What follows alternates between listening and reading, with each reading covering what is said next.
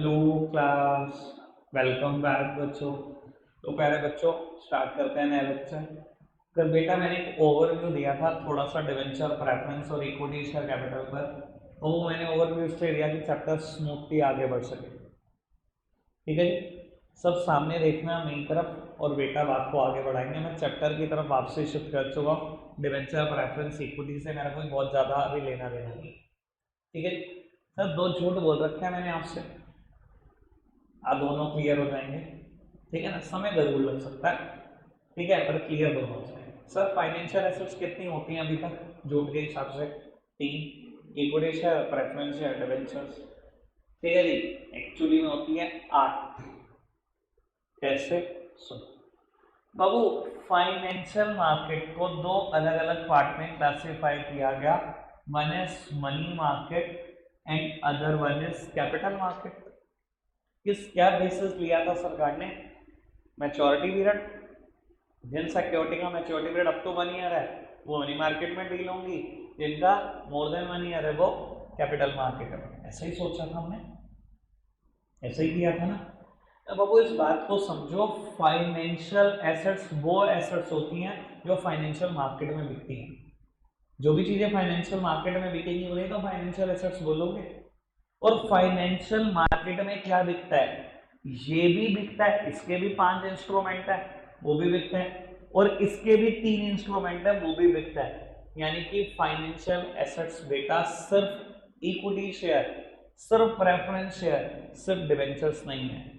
देखिए सामने देखो बाबू, फाइनेंशियल मार्केट में क्या बिकता है? फाइनेंशियल एसेट्स बिकती हैं। फाइनेंशियल मार्केट इन दोनों से मिला के तो बनी है, यानी कि इसके इंस्ट्रूमेंट भी तो यही बिकते हैं और इसके इंस्ट्रूमेंट भी तो यही बिकते हैं। तो फाइनेंशियल एसेट्स खाली इक्विटी शेयर, प्रेफरेंस शेयर और डिवेंचर कैसे हो सकते हैं भाई? इन तीनों का मैच्योरिटी पीरियड 1 साल से ज्यादा होता है, कल सुना था ना। डिवेंचर 5 से 20 साल, प्रेफरेंस 5 से 20 साल, और इक्विटी शेयर के वैसे कंपनी जिंदगी भर वापसी नहीं करती। तो इनका मैच्योरिटी पीरियड कैसे हो सकता है बेटा? 1 साल। तो ये सब कैपिटल मार्केट में बिकते होंगे ना। तो 3 इंस्ट्रूमेंट इसके और 5 इसके, टोटल कर लो बेटा, ये 8 हैं फाइनेंशियल एसेट्स। ये 5 याद है? ई bills, commercial paper, call money, certificate of deposits और कमर्शियल बिल्स।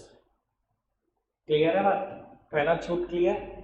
फाइनेंशियल एसेट्स 3 नहीं होती, 8 होती हैं। और अलग गई, आगे बढ़ो पक्का। दूसरा जोट क्लियर करने की तरफ आगे बढ़ रहा हूं।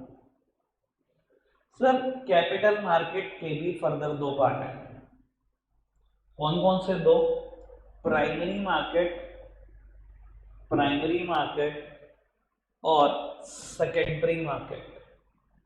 प्राइमरी मार्केट और सेकेंडरी मार्केट। अब जरा आराम से सुनते जाना, इन दोनों मार्केट में क्या फर्क होता है। बाबू कैपिटल मार्केट में हमने डिसाइड करा वो सिक्योरिटीज बिकती हैं जिनका maturity period more than 1 year है। इक्विटी शेयर भी, प्रेफरेंस शेयर भी, डिवेंचर भी, तीनों का maturity period more than 1 year है।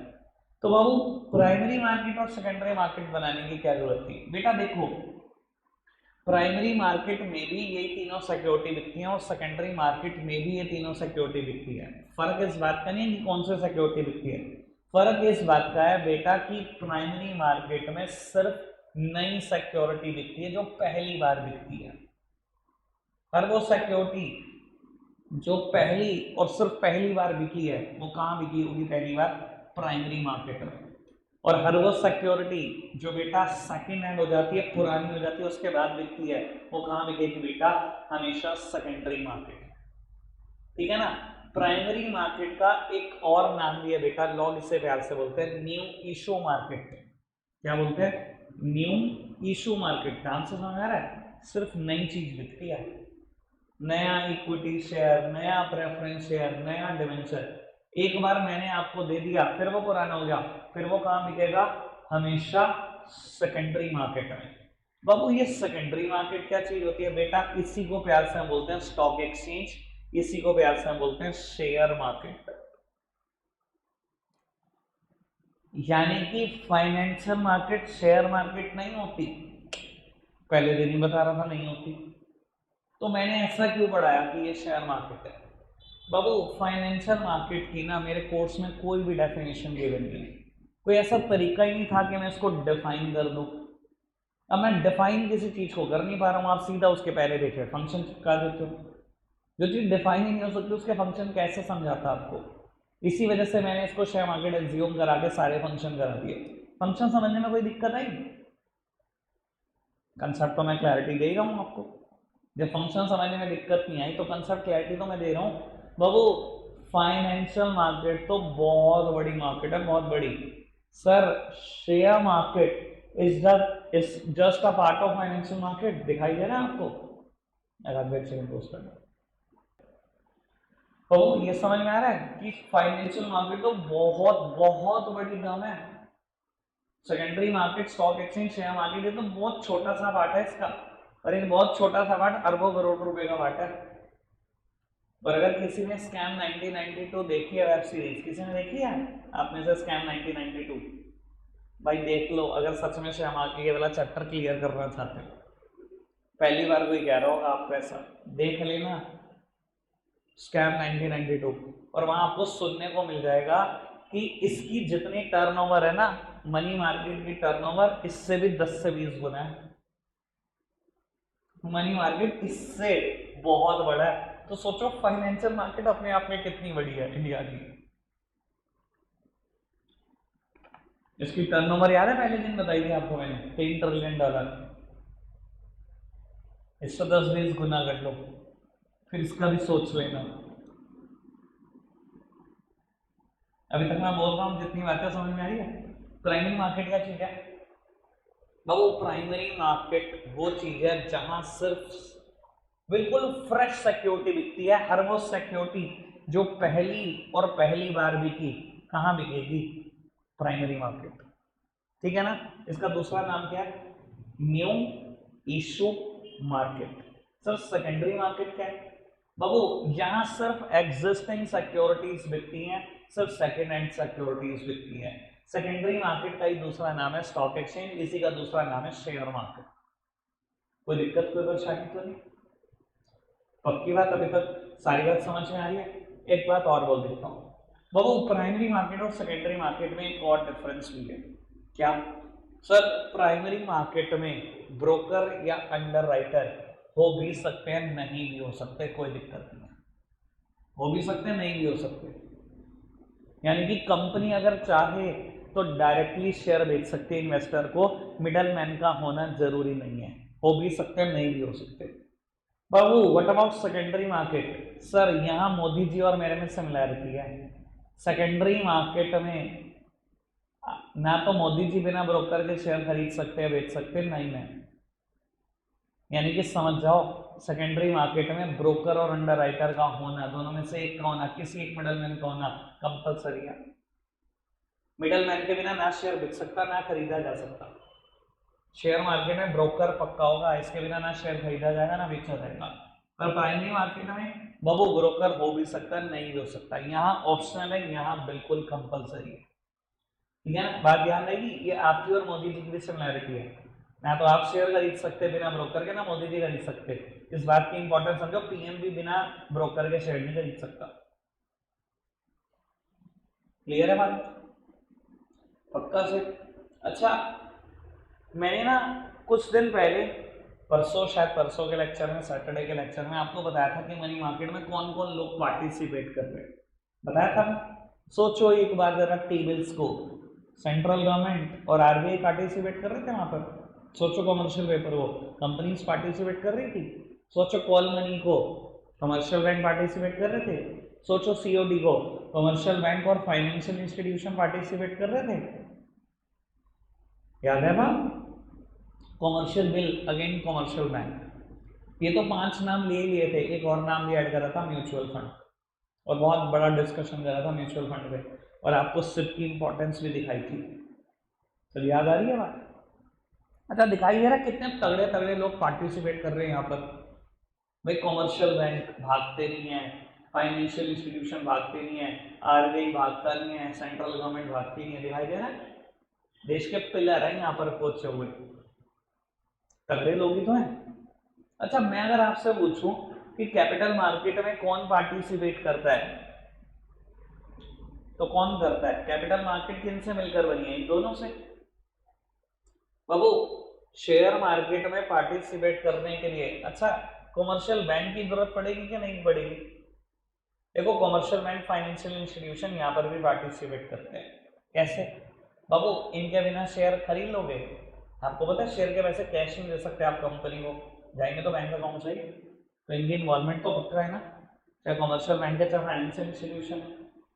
पक्की बात, फटाफट से बताओ, ठीक है। और बाबू अगर यहाँ पार्टिसिपेट कर रहे हो, अगर सर मैं यहाँ की बात करूँ तो बाबू शेयर आप डायरेक्टली तो खरीद नहीं पाओगे कंपनी से, तो ब्रोकर अंडर राइटर भी पार्टिसिपेट करेंगे। फटाफट बताओ करेंगे कि नहीं करेंगे, मैंने भी बताया, ठीक है ना। अगर किसी को नहीं पता ब्रोकर और अंडर राइटर का डिफरेंस क्या होता है, मेरा आज का ही मुद्दा है, जब जाने लगेंगे तो बताते रहूँगा, फिलहाल बस टर्म पढ़ते रहो। मिडल मैन, हाँ मिडल मैन समझो सर। पक्की बात है कमर्शियल बैंक इन्वॉल्व है, फाइनेंशियल इंस्टीट्यूशन इन्वॉल्व है, दिखाई दे रहा है sir, broker and writer involve है, बाबू कंपनीज इन्वॉल्व है कि नहीं है? भाई शेयर किसके खरीदोगे, कंपनी इन्वॉल्व होगी, जिसके शेयर बिक रहे हैं वो तो इन्वॉल्व है ही है। मैं लिख दूंगा तो समझ ले। हाँ जी बेटा, पक्की बात है, कोई दिक्कत कोई परेशानी तो नहीं बाबू?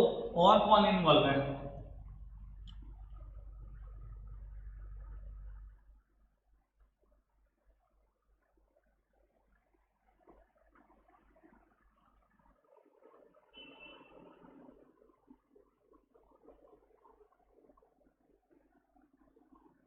लो इस बात को समझना बाबू, मैंने लिखा है और किसी का भी नाम, बेटा रिटेल इन्वेस्टर्स इन्वॉल्व हैं as well as institutional investors involve है। ये क्या होता है बाबू? रिटेल इन्वेस्टर्स मतलब आपके और मेरे जैसे लोग जो बहुत छोटी क्वांटिटी खरीदते हैं, बहुत छोटी क्वांटिटी बेच देते हैं। जिनकी क्वांटिटी खरीदने बेचने से शेयर मार्केट को कोई फर्क नहीं पड़ता, हम रिटेलर ही तो हैं भाई। अच्छा एक बात बताओ, रिलायंस का शेयर 2500 रुपये का है, आप और मैं कितना खरीद सकते हैं? 10 खरीदेंगे 25,000 चाहिए, 100 खरीदेंगे 2.5 लाख चाहिए, 1,000 खरीदने के लिए 25 लाख रुपए चाहिए। क्या हमारी हिम्मत है हम 1,000 शेयर भी खरीद पाए? ऑब्वियसली नहीं। सर हम रिटेल इन्वेस्टर नहीं है जो छोटी क्वांटिटी खरीद सकते हैं, 50-100 शेयर खरीद सकते हैं, 50-100 बेच सकते हैं। हमारे क्वांटिटी खरीदने बेचने से शेयर मार्केट को कोई फर्क नहीं पड़ता, हम बहुत छोटे लोग हैं, हमसे कभी फर्क ही नहीं पड़ता शेयर मार्केट को। बाबू हमें बोला जाता है रिटेल इन्वेस्टर्स। सर कुछ होते हैं इंस्टीट्यूशनल इन्वेस्टर्स। इंस्टीट्यूशनल इन्वेस्टर मतलब जो बाबू बहुत बल्क क्वांटिटी बाय करते हैं, बहुत बल्क क्वांटिटी बेच देते हैं, तो मार्केट हिला कर रख देते हैं, जिनकी वजह से मार्केट में बहुत बड़े बड़े अप डाउन आते हैं, उन्हें बोलते हैं इंस्टीट्यूशनल इन्वेस्टर्स। सर ये कौन होते हैं? देखो ज़्यादा के बारे में अगर नहीं जानते तो म्यूचुअल फंड के बारे में तो जानते हो। पता है लोग म्यूचुअल फंड को कितना पैसा देते हैं इंडिया में हर महीने का? कई लाख करोड़ रुपए, ये हमारी सिप लगा दो। अगर वो कई लाख करोड़ के शेयर बाय करेगा तो आपको पता है मार्केट में तूफान आ सकता है। समझ में आ रही है बात बाबू? अगर इन दोनों का डिफरेंस फिर भी समझने का मूड हो चला है आपका, तो मैं एक एग्जांपल हट के देता हूँ। बाबू रिटेल इन्वेस्टर समझो आप, आपकी गली मोहल्ले का एक कन्फेक्शनरी वाला, जिसने बेटा ग्रीन लेस ऑर्डर किया है कंपनी को, कितनी पेटी करी होंगी? 1 पेटी 2 पेटी, वो रिटेल इन्वेस्टर्स है, बस ये समझ कर चलो। और बाबू यही समझ कर चलो इंस्टीट्यूशनल इन्वेस्टर कौन है बाबू? IRCTC, Indian railway catering and tourism corporation. बाबू जितने भी रेलवे स्टेशन है सब पे कैटरिंग IRCTC की होती है, जितने भी स्टॉल हैं सब IRCTC के अंडर ऑपरेट होते हैं। बाबू उसने ऑर्डर किया है, IRCTC ने लेस की पेटियां ऑर्डर करी हैं अपने सारे पूरे इंडिया के रेलवे स्टेशन के लिए। कितनी की होंगी? 1-2 पेटी? 1-2 करोड़ पेटी। फर्क समझ में आ रहा है? क्या होते हैं रिटेल इन्वेस्टर्स और क्या होते हैं इंस्टीट्यूशनल इन्वेस्टर्स? पक्की बात समझ में आ रही बात? आपने कभी नाम सुना है राकेश झुनझुनवाला सर का? अब तो रहे नहीं दुनिया में, लास्ट ईयर डेथ हुई है उनकी। बाबू एक चार्टर्ड अकाउंटेंट राकेश झुनझुनवाला जी, एक CA थे। उन्होंने जब CA क्वालिफाई करा, कहते ना मेरे को प्रैक्टिस करनी ना मुझे जॉब, मुझे कुछ नहीं करना, सीधे शौकिया करिए। मैं जॉब भी नहीं करना चाहता हूँ, मैं प्रैक्टिस भी नहीं करना चाहता हूँ, मैं शेयर मार्केट में इन्वेस्ट करूँगा। 1,000 रुपये से इन्वेस्टमेंट स्टार्ट करी उन्होंने। जब 1,000 करोड़ हो गए तो गिनीज बुक में उनका नाम आया, करोड़ गुना पैसा शेयर मार्केट से कमाया।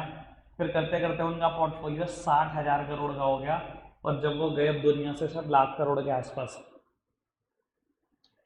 1,000 रुपये से शुरू किया, 1,00,000 करोड़। सर वो रिटेल इन्वेस्टर्स नहीं हो सकते, वो पूरी पूरी कंपनी खरीद लेते हैं बेटा। उनका यस बैंक में 5% शेयर है एक आदमी के। 5% होना पता कितने, कहीं कहीं 1,000 करोड़ के बैठेंगे, कहीं 1,000 करोड़ के। क्या है बेटा, वो इंस्टीट्यूशनल इन्वेस्टर। समझ में आ रही है बात?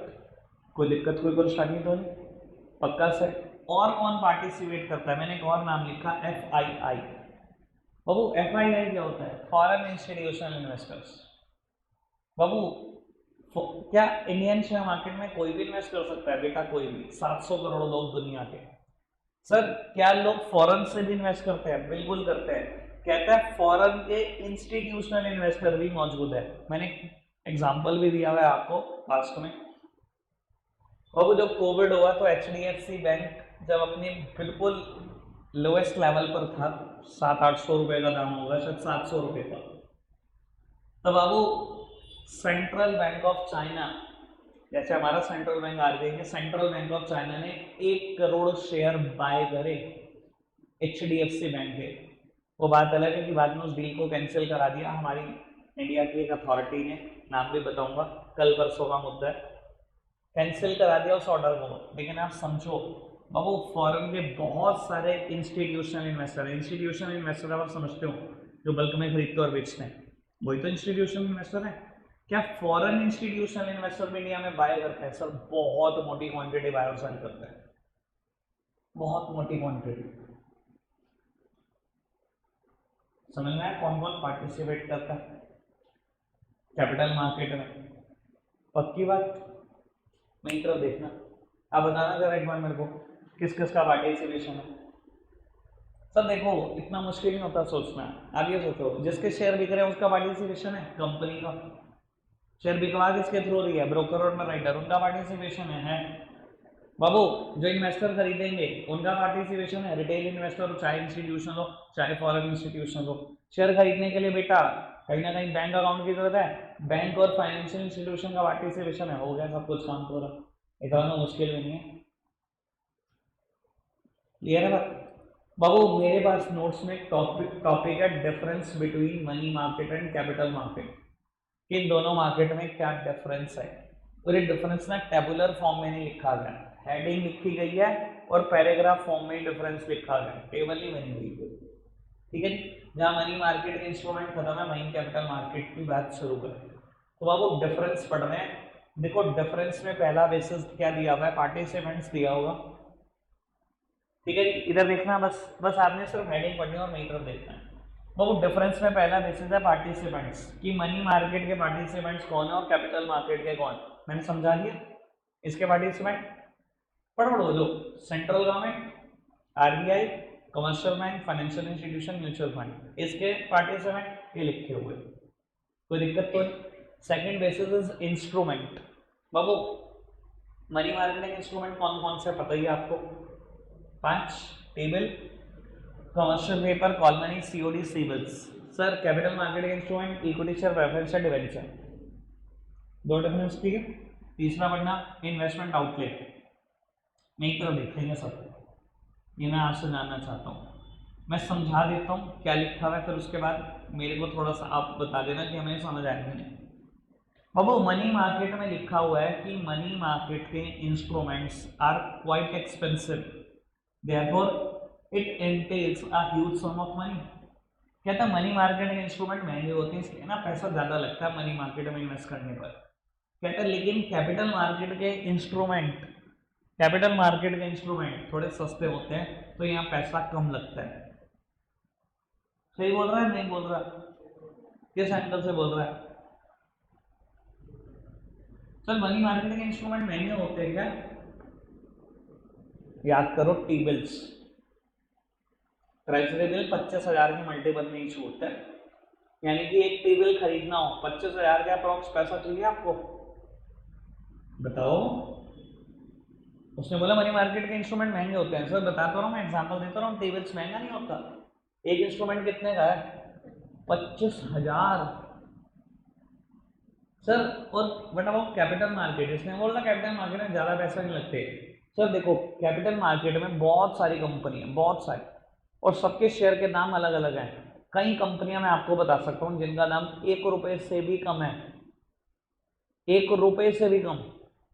कुछ कुछ तो ऐसे बता दूंगा 5-5 पैसे है दाम।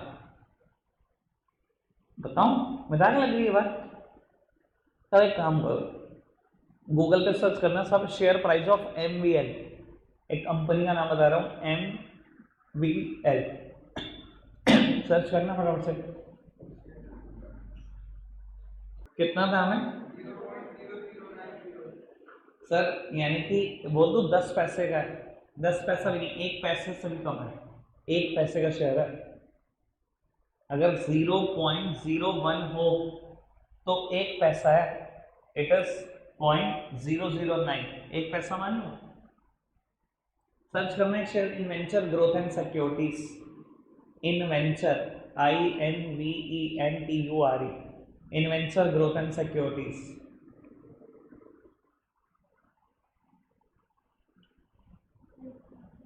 है 2.40, 2 रुपये 40 पैसे का शेयर है। 100 शेयर खरीदने के लिए बस 240 रुपये चाहिए। 1 पैसे का भी शेयर है यार, आप सोचो 1 रुपए में 100 शेयर आ जाएंगे। कहाँ 25,000, कहाँ 1 रुपए में 100 शेयर। अब वो अच्छी कंपनियां भी हैं, इसी रिस्क में घबराओ नहीं। बहुत अच्छी अच्छी कंपनियां हैं 100 रुपए के अंडर बैठी हुई हैं, बहुत कंपनियां 150 से कम कम पे मिल जाएंगी आपको। एक कंपनी है मेरे पास, मैंने कभी शेयर देखे थे इसके, नितिन फायर करके कंपनी है, देखना share price of Nitin fire.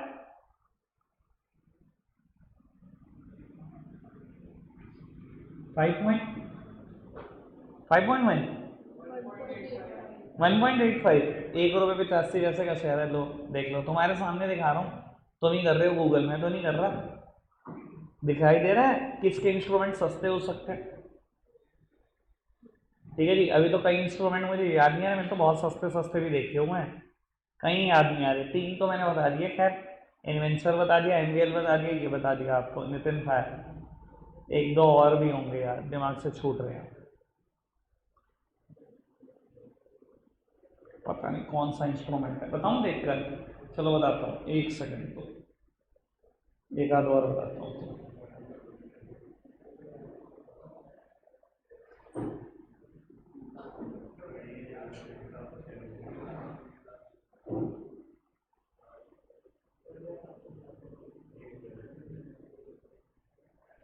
चलो एक शेयर देखना, John pharma, John pharma, share price of John pharma, JOHN pharma, 1 रुपए, 1 रुपए के आसपास, 0.96, चलो जहाँ भी जो आ रहा है, 1 रुपए के अंदर अंदर शेयर है, दिखाई दे रहा है?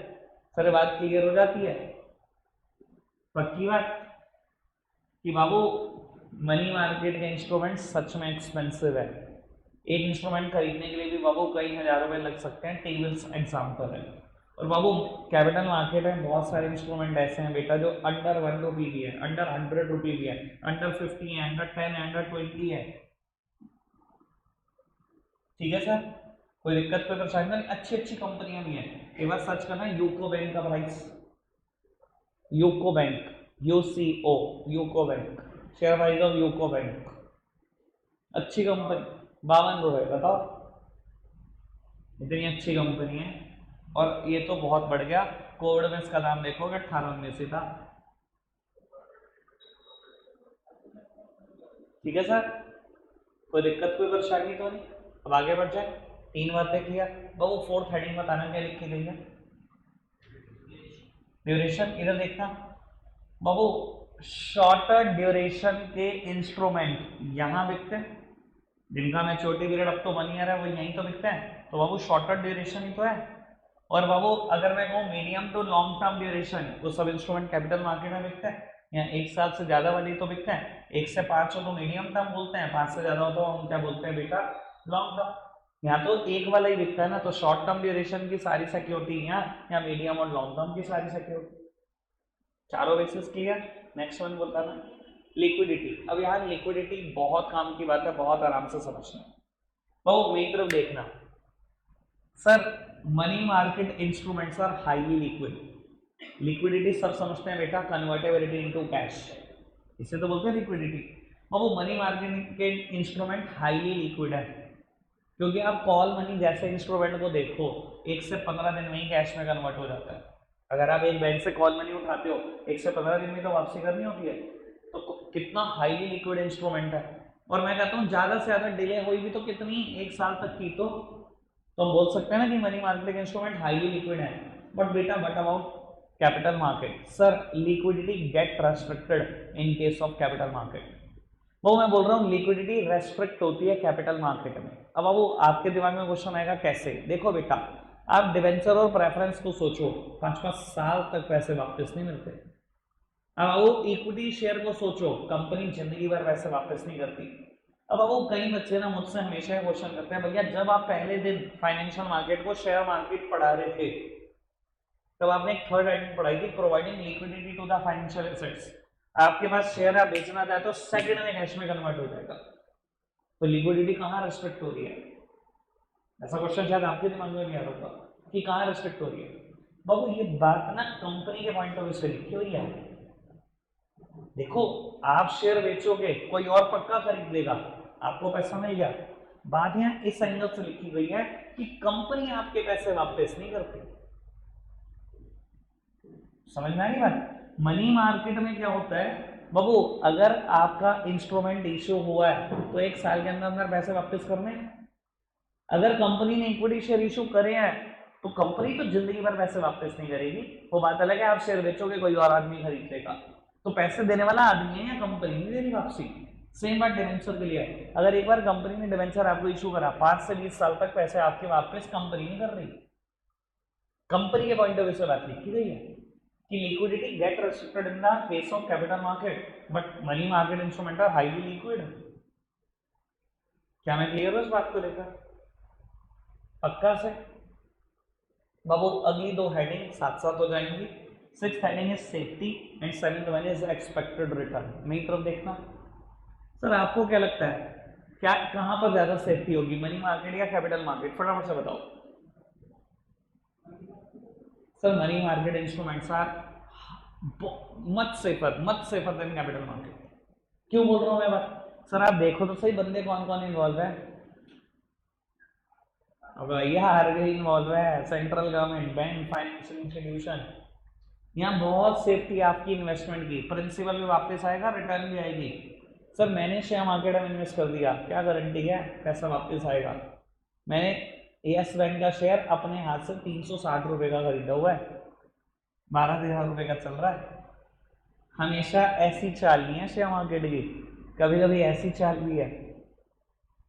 तो सर प्रिंसिपल की भी श्योरिटी, रिटर्न तो भूल ही जाओ। सर यहाँ पर आपकी इन्वेस्टमेंट सेफ है कि नहीं है? प्रिंसिपल भी पक्का आएगा, रिटर्न भी पक्का आएगी। पर बाबू यहाँ जो आपने इन्वेस्ट करा है यही नहीं पता कि मेरा ही पैसा वापस आएगा कि नहीं, रिटर्न का तो क्या ही पता है। लॉन्ग रन तक टिके रहोगे तो पक्का है कि कुछ ना कुछ बन जाता है। पर बाबू कभी कभी ऐसा भी होता है ना, जिस कंपनी में आपने इन्वेस्ट करा अगले दिन ही फ्रॉड खुल गया। जैसे यस बैंक में हुआ मेरे साथ, मैंने 360 का शेयर खरीदा, अगले दिन पता लगा नील अंबानी ने लोन में डिफॉल्ट कर दिया, वो गिरता ही चला गया भैया, धड़ा धड़ा 10 रुपए पे आ गया। तो सर ये सेफर मार्केट है, इसमें सेफ्टी नहीं है, पता नहीं है ना, कुछ भी हो सकता है मार्केट के साथ। कोविड जैसा सर्कमस्टांसेस है, यहाँ पर बेटा कितना गिर गया था कोविड में शेयर मार्केट, आधा रह गया था। ठीक है जी। तो बाबू ये रिस्की मार्केट है, ये बहुत कम रिस्क है, ये सेफर मार्केट है। अब बाबू जो लास्ट हेडिंग है रिटर्न, वो मैंने तो जिंदगी में एक ही प्रिंसिपल पढ़ा है, more the risk more the gain. अगर ये रिस्की मार्केट है तो रिटर्न भी यहाँ सबसे ज़्यादा है। सर रिटर्न एक एक दिन में 6-6% आ जाते हैं। मैं आपको एक एग्जाम्पल दे रहा था, एक एक दिन में 10-10% उड़ भी जाते हैं, एक एक दिन में 20-20% आ भी जाते हैं। सर मनी मार्केट में सर देखो यहाँ पर रिस्क नहीं है, more the risk more the gain, less the risk less is the gain. आपको भी पता है ये मार्केट बिल्कुल भी रिस्की नहीं है, सेंट्रल गवर्नमेंट भागेगी नहीं, financial institution, commercial bank, RBI, कोई नहीं भागेगा ना। तो रिटर्न भी तो बहुत कम देते हैं, 6% साल की रिटर्न देते हैं। अच्छा बैंक में हम पैसे रखते हैं, एफडी कराते हैं, बैंक भागते नहीं भागते, सेफ है ना, तभी तो रिटर्न 84 है। Less the risk less is the return, ना रिस्क लो ना रिटर्न मिलेगी, यहाँ रिस्क लो तो रिटर्न मिलेगी, रिस्की भी है रिटर्न भी ज़्यादा है, less risky less is the return. Clear है? रखेंगे आज के लिए इतना ही प्यारे बच्चों, बाय बाय।